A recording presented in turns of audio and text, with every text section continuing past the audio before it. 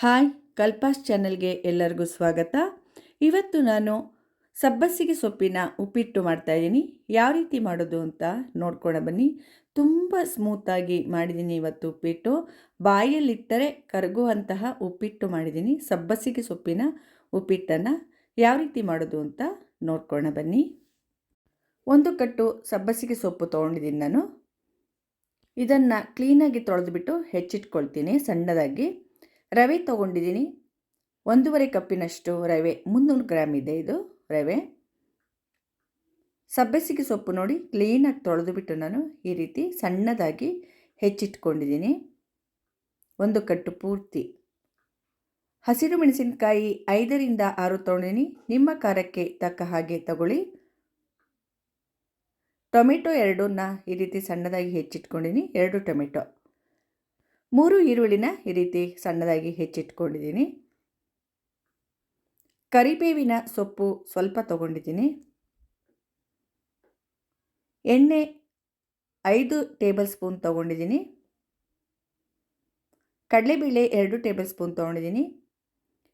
ಸಾಸಿವೆ ಅರ್ಧ ಸ್ಪೂನು, ಜೀರಿಗೆ ಅರ್ಧ ಸ್ಪೂನು, ಕಾಯಿ ತುರಿ ಸ್ವಲ್ಪ. 1 ಹೋಳು ನಿಂಬೆಹಣ್ಣು ತೊಗೊಂಡಿದ್ದೀನಿ. ಚಿಕ್ಕ ಹೋಳಿದು, ಇಷ್ಟೇ ಸಾಕಾಗತ್ತೆ. ಉಪ್ಪು ರುಚಿಗೆ ತಕ್ಕಷ್ಟು, 1/4 ಸ್ಪೂನ್ ಉಪ್ಪು ಇದೆ ಇದು.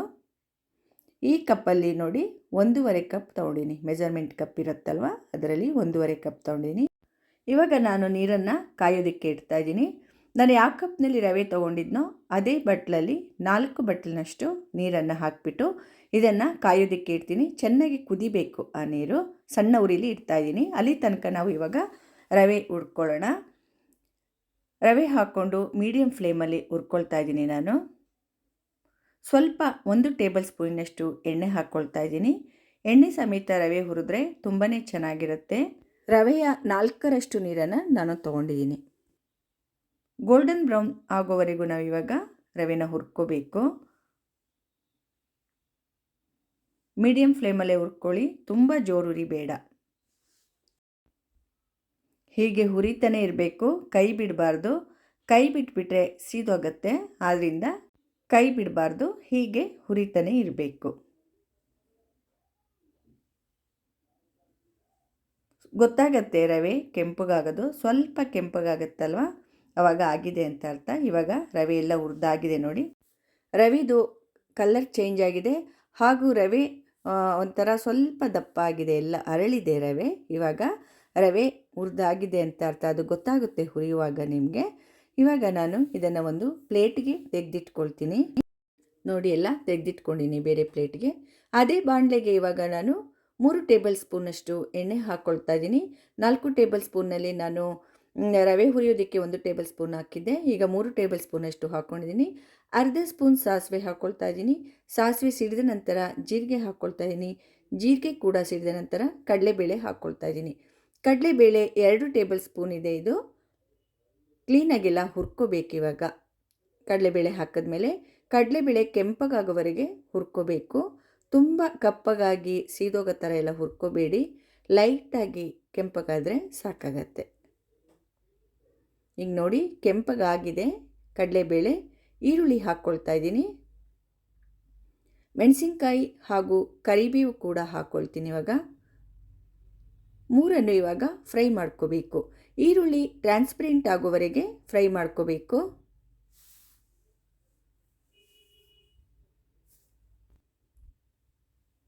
ಕ್ರಮೇಣವಾಗಿ ಸ್ವಲ್ಪ ಕಲರ್ ಚೇಂಜ್ ಆಗ್ತಾ ಬರುತ್ತೆ ಈರುಳ್ಳಿ. ಅಲ್ಲಿವರೆಗೆ ನಾವು ಇದನ್ನು ಫ್ರೈ ಮಾಡ್ಕೋಬೇಕಾಗತ್ತೆ.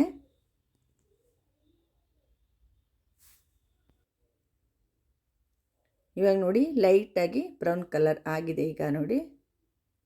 ಇನ್ನು ಸ್ವಲ್ಪ ಆಗಬೇಕಷ್ಟೆ.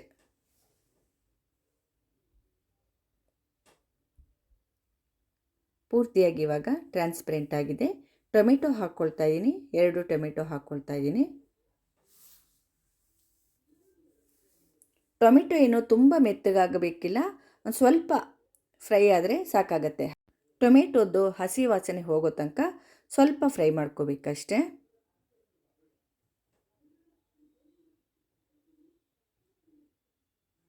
ನೋಡಿ, ಇವಾಗ ಟೊಮೆಟೊ ಎಲ್ಲ ಫ್ರೈ ಆಯಿತು. ಇಷ್ಟ ಆದರೆ ಸಾಕು.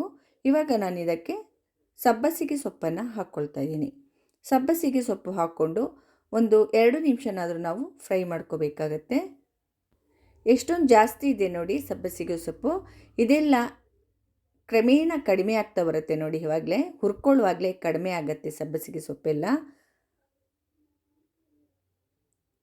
ಹೀಗೆ ಹುರಿತಾ ಇದ್ದರೆ ಸಾಕು ನೋಡಿ, ಎಷ್ಟು ಕಡಿಮೆ ಆಯಿತು. ಇನ್ನೂ ಕಡಿಮೆ ಆಗುತ್ತೆ ಹುರಿತಾ ಹುರಿತಾ. ಒಂದು 2 ನಿಮಿಷ ಈ ರೀತಿ ಹುರ್ಕೊಂಡ್ರೆ ಸಾಕಾಗತ್ತೆ. ನೋಡಿ ಎಷ್ಟು ಕಡಿಮೆ ಆಯಿತು. ಸಬ್ಬಸಿಗೆ ಸೊಪ್ಪೆಲ್ಲ ಅದರೊಳಗೆ ಕ್ಲೀನಾಗಿ ಬೆಂದಿದೆ. ಇವಾಗ ಇದಕ್ಕೆ ನಾನು ಹುರಿದಂತಹ ರವೆನ ಹಾಕ್ಕೊಳ್ತಾ ಇದ್ದೀನಿ. ರವೆ ಹಾಕ್ಕೊಂಡು ಎಲ್ಲ ಕ್ಲೀನಾಗಿ ಇವಾಗ ಮಿಕ್ಸ್ ಮಾಡ್ಕೋಬೇಕು. ಮೀಡಿಯಮ್ ಫ್ಲೇಮಲ್ಲೇ ಇಟ್ಕೊಂಡಿದ್ದೀನಿ ಗ್ಯಾಸ್ ಉರಿನ. ನೋಡಿ ರವೆ ಜೊತೆ ಎಲ್ಲ ಕ್ಲೀನಾಗಿ ಮಿಕ್ಸ್ ಆಗಬೇಕು. ಈ ರೀತಿ ಎಲ್ಲ ಕ್ಲೀನಾಗಿ ಮಿಕ್ಸ್ ಮಾಡ್ಕೊಂಡಿದ್ದೀನಿ. ಇವಾಗ ಇದಕ್ಕೆ ನಾವು ಕುದಿಯೋದಕ್ಕೆ ನೀರು ಇಟ್ಟಿದ್ವಲ್ವ ಆಗಲೇ, ಅದನ್ನು ಹಾಕ್ಕೊಳ್ತೀನಿ. ಇವಾಗ ಪೂರ್ತಿ ನೀರನ್ನು ಹಾಕ್ಕೊಳ್ತಾ ಇದ್ದೀನಿ. 1 ಕಪ್ ರವೆಗೆ ನಾನು 4 ಕಪ್ ನೀರನ್ನು ಕುದಿಯೋಕ್ಕೆ ಇಟ್ಟಿದ್ನಲ್ವ ಆವಾಗಲೇ, ಅದು ಕುದಿಯುವಾಗಲೇ ನಾನು ನೀರನ್ನು ಹಾಕ್ಕೊಳ್ತಾ ಇದ್ದೀನಿ. ಎಲ್ಲ ನೀರನ್ನು ಹಾಕ್ಕೊಂಡು ಕ್ಲೀನಾಗೆಲ್ಲ ಮಿಕ್ಸ್ ಮಾಡ್ಕೋಬೇಕು. ತುಂಬ ಉದುರಾಗಿ ಉಪ್ಪಿಟ್ಟು ಬೇಕು ಅಂದರೆ 2 ಕಪ್ ನೀರು ಹಾಕ್ಕೋಬೋದು. ಸ್ವಲ್ಪ ಮೆತ್ತಗಾಗಬೇಕು ಅಂದರೆ 3 ಕಪ್ ಹಾಕ್ಕೋಬೇಕು. ನೋಡಿ ಇದು ಕ್ರಮೇಣ ಗಟ್ಟಿ ಆಗ್ತಾ ಬರುತ್ತೆ. ರುಚಿಗೆ ತಕ್ಕಷ್ಟು ಉಪ್ಪನ್ನು ಹಾಕ್ಕೊಳ್ತಾ ಇದ್ದೀನಿ. 3/4 ಸ್ಪೂನ್ ಉಪ್ಪಿದೆ. ಈ ಪ್ರಮಾಣಕ್ಕೆ ಕರೆಕ್ಟಾಗಿರುತ್ತೆ ಉಪ್ಪಿದು. ಎಲ್ಲ ಮತ್ತೆ ಉಪ್ಪು ಹಾಕಿದ್ಮೇಲೆ ಎಲ್ಲ ಕ್ಲೀನಾಗಿ ರೀತಿ ಮಿಕ್ಸ್ ಮಾಡ್ಕೋಬೇಕು. ನಾನು ಮಾಡ್ತಾ ಇರೋ ಉಪ್ಪಿಟ್ಟು 3ರಿಂದ 4 ಜನಕ್ಕೆ ಆಗತ್ತೆ. ನೋಡಿ ಗಟ್ಟಿ ಆಗ್ತಾ ಬರ್ತಾ ಇದೆ. ಎಷ್ಟು ಗಟ್ಟಿ ಆಯಿತು ನೋಡಿ. ತುಂಬ ಸಾಫ್ಟಾಗಿ ತುಂಬಾ ಚೆನ್ನಾಗಿರುತ್ತೆ ಉಪ್ಪಿಟ್ಟು. ಇವಾಗ ಸಿಮ್ನಲ್ಲಿಟ್ಬಿಟ್ಟು ಒಂದು ಲಿಡ್ನ ಕ್ಲೋಸ್ ಮಾಡ್ತಾ ಇದ್ದೀನಿ ನಾನು. ಒಂದು 2 ನಿಮಿಷದ ಕಾಲ ಸಿಮ್ನಲ್ಲಿ ಹಾಗೆ ಬಿಟ್ಬಿಡಿ. ಉಪ್ಪಿಟ್ಟು ಅರಳತ್ತೆ, ಕ್ಲೀನಾಗಿ ಉಪ್ಪಿಟ್ಟು ಅರಳತ್ತೆ. 2 ನಿಮಿಷ ಆದ ನಂತರ ನಾನು ಲಿಡ್ನ ತೆಗೆದುಬಿಟ್ಟು ಮತ್ತೆ ಒಂದು ಸಲ ಎಲ್ಲ ಕ್ಲೀನಾಗಿ ಕೈ ಆಡಿಸ್ತಾ ಇದ್ದೀನಿ. ನೋಡಿ ಎಷ್ಟು ಚೆನ್ನಾಗಿ ಸ್ಮೂತಾಗಿ ಸಾಫ್ಟಾಗಿದೆ ಉಪ್ಪಿಟ್ಟು. ನೋಡಿ ಇವಾಗ ಇದಕ್ಕೆ ನಾನು ಕಾಯಿ ತುರಿನ ಹಾಕ್ಕೊಳ್ತಾ ಇದ್ದೀನಿ. ಕಾಯಿ ತುರಿ ಇಟ್ಕೊಂಡಿದ್ನಲ್ಲ, ಕಾಯಿ ತುರಿ ಸ್ವಲ್ಪ ಹಾಕ್ಕೊಳ್ತಾ ಇದ್ದೀನಿ. ಆಪ್ಷನಲ್ಲು ಇದ್ದರೆ ಹಾಕ್ಕೊಳ್ಳಿ, ಇಲ್ಲ ಅಂದರೆ ಬೇಡ. ಹಾಕ್ಕೊಂಡ್ರೆ ಟೇಸ್ಟ್ ತುಂಬಾ ಚೆನ್ನಾಗಿರುತ್ತೆ. ಕಾಯಿ ತುರಿ ಹಾಕ್ಕೊಂಡ್ರೆ ಕೊತ್ತಂಬರಿ ಸೊಪ್ಪು ಕೂಡ ಹಾಕ್ಕೊಳ್ತಾ ಇದ್ದೀನಿ. ಎರಡನ್ನೂ ಹಾಕ್ಕೊಂಡು ಕ್ಲೀನಾಗಿ ಎಲ್ಲ ಮಿಕ್ಸ್ ಮಾಡ್ಕೋಬೇಕು. ಗ್ಯಾಸ್ ಉರಿ ಇವಾಗ ಸಿಮ್ನಲ್ಲೇ ಇರಲಿ. ಸಿಮ್ನಲ್ಲೇ ಇದನ್ನೆಲ್ಲ ಹೀಗೆ ಮಾಡ್ಕೊಳ್ಳಿ. ಒಂದು ಕಡೆಯಿಂದ ಈ ರೀತಿ ಕ್ಲೀನಾಗಿ ಮಿಕ್ಸ್ ಮಾಡಿಕೊಂಡ್ರೆ ಆಯಿತು. ತುಂಬ ಟೇಸ್ಟಿಯಾಗಿರುತ್ತೆ. ಈ ರೀತಿ ಕೊನೆಯಲ್ಲಿ ನಾವು ಕಾಯಿ ತುರಿ ಹಾಕ್ತೀವಲ್ವ, ಅದು ತುಂಬಾ ಟೇಸ್ಟಿಯಾಗಿರುತ್ತೆ. ಒಂದು ಸ್ವಲ್ಪ ಹೊತ್ತು ಹೀಗೆ ಕೈ ಆಡಿಸ್ಬೇಕು.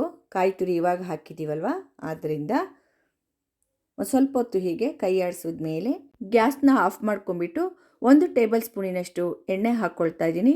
ಎಣ್ಣೆ ಅಥವಾ ತುಪ್ಪ ಕೂಡ ಹಾಕ್ಕೋಬೋದು.